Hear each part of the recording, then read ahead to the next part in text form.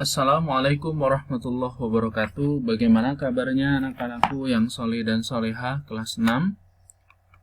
Semoga semuanya dalam keadaan sehat dan semoga selalu dalam perlindungan Allah. Anak-anakku yang soleh dan soleha, alhamdulillah hari ini di tengah pandemi seperti ini ternyata sudah satu semester lewat ya. Kita melalui pembelajaran berbasis video ya, berbasis online seperti ini. Nah, alhamdulillah kita masih diberikan kesempatan oleh Allah untuk tetap belajar, istiqomah dalam belajar. Karena apa? Karena di beberapa tempat ini banyak sekali yang sulit untuk belajar, entah dari fasilitas seperti sinyal ya, karena lokasi sangat terpelosok, ataupun mungkin dari fasilitas yang lainnya. Jadi itu.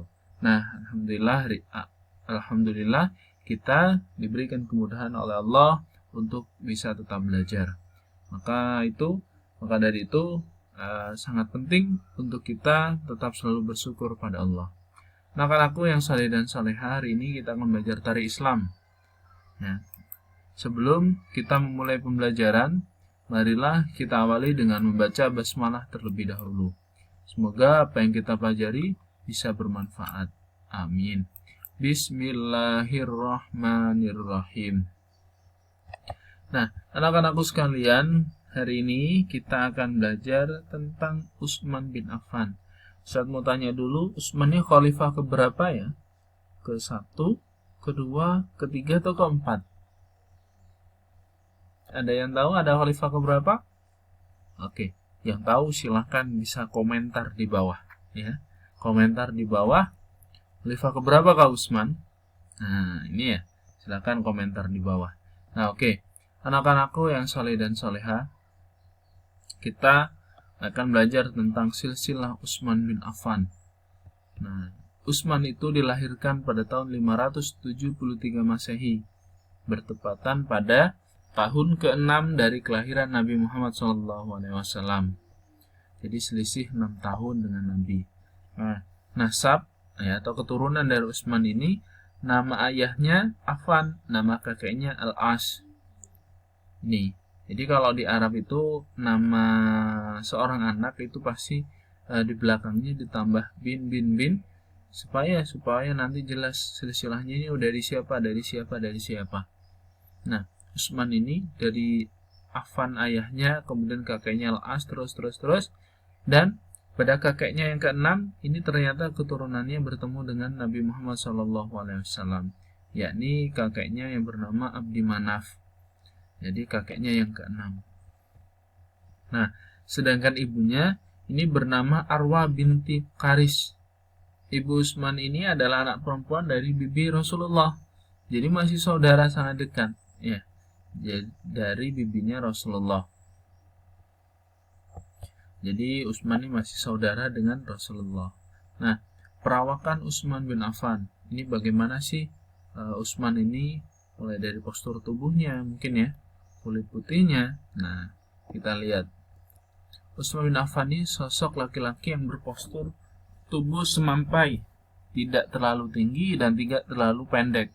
Oh, ada ada tipe ya, salah ketik di situ. Pendek, jadi tidak terlalu tinggi dan tidak terlalu pendek, sedang ya, sedang. Kemudian wajahnya rupawan ya, ganteng ya, cakep lah ya. Kulitnya putih kemerah-merahan, jenggotnya tebal, kemudian tulang-tulang sendinya besar, berambut keriting, dan rambutnya itu menutupi telinganya ya, entah sebagian atau menutupi penuh. Jadi rambutnya ini agak panjang, keriting. Jadi itu bisa dibayangkan ya bagaimana orangnya nggak terlalu tinggi, kemudian wajahnya rupawan ya, kulitnya putih kemerah-merahan, jenggotnya tebal, tulang-tulang sendinya besar ya, berarti badannya juga kekar. Kemudian rambutnya keriting dan rambutnya menutupi telinga. Nah, itu adalah perawakan dari Utsman. Kemudian gelar Utsman bin Affan. Nah, ini Utsman bin Affan itu memiliki gelar yang istimewa, yakni Dzun Nurain, atau pemilik dari dua cahaya. Nah, pemilik dua cahaya. Dua cahaya siapakah yang dimaksud di sini? Dua cahaya yang dimaksud di sini adalah dua putri Rasulullah yang dinikahi oleh Utsman. Jadi itu. Jadi Utsman ini menikahi dua putri Rasulullah, ya, yakni Utsman ini menikahi Ummu Kulsum dan juga Ruqayyah. Jadi itu. Jadi ini menikahnya nggak bareng ya, tapi bergantian. Jadi Ummu Kulsum dan Ruqayyah. Jadi itu yang dinikahi oleh Utsman bin Affan. Kemudian akhlak Utsman bin Affan. Utsman merupakan generasi awal yang masuk Islam setelah Abu Bakar, Ali, dan Zaid bin Harithah.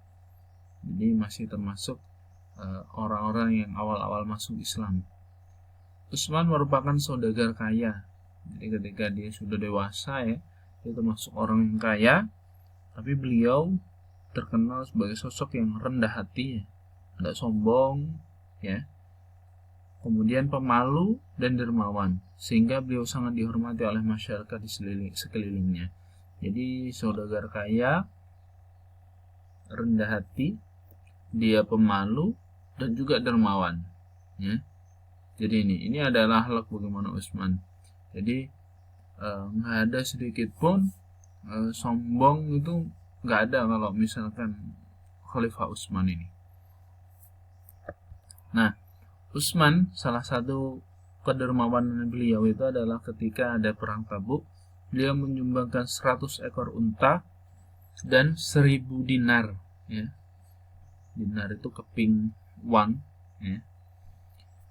Kalau 100 ekor unta, misalkan harga unta sekarang 50 juta per ekor, ya, dikali 10 saja itu sudah 500 juta dikali 10, ya. Kalau dikali 20, ya, itu sudah 1 miliar. Dikali 100 berapa? Jadi 10 miliar. Ini yang disumbangkan oleh Utsman untuk perang Tabuk. Dan juga ditambah 1000 dinar, Masya Allah. Jadi luar biasa sekali, ya. Utsman ini pernah menyumbangkan 100 ekor unta dan 1000 dinar. Jadi itu kalau harga unta 50 juta. Tapi kalau misalkan harga unta sekarang itu lebih ataupun kurang dari itu, ya tinggal dihitung, sudah dikalikan 100, itu aja, ya. Jadi itu. Nah, ini yang salah satu kedermawanan beliau. Nah, dalam suatu riwayat disebutkan bahwasanya Utsman ini juga termasuk orang pilihan, salah satu penghuni surga yang menemani Rasulullah kelak. Luar biasa, mendapatkan kedudukan yang istimewa. Jadi ini. Nah, mungkin itu ya anak-anakku yang soleh dan soleha terkait tentang Khalifah Utsman, ya. Terkait tentang Khalifah Utsman, mulai dari nasabnya sampai bagaimana akhlak beliau.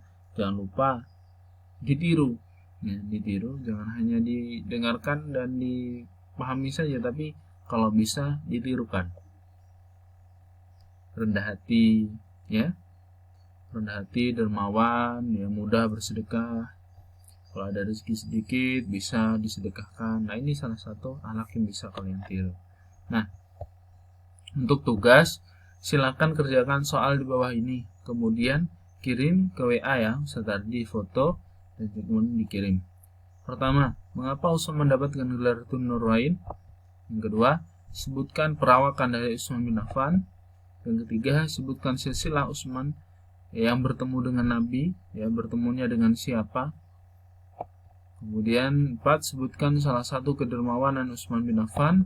Yang kelima, tahun berapakah Utsman bin Affan dilahirkan? Nah, ini silahkan kalian kerjakan, kemudian silahkan dikirim ke WA ya. Itu saja dari Ustadz. Jazakumullah khairan katsir. Ustadz akhiri, apabila ada salah kata, Ustadz mohon maaf yang sebesar-besarnya. Assalamualaikum warahmatullahi wabarakatuh.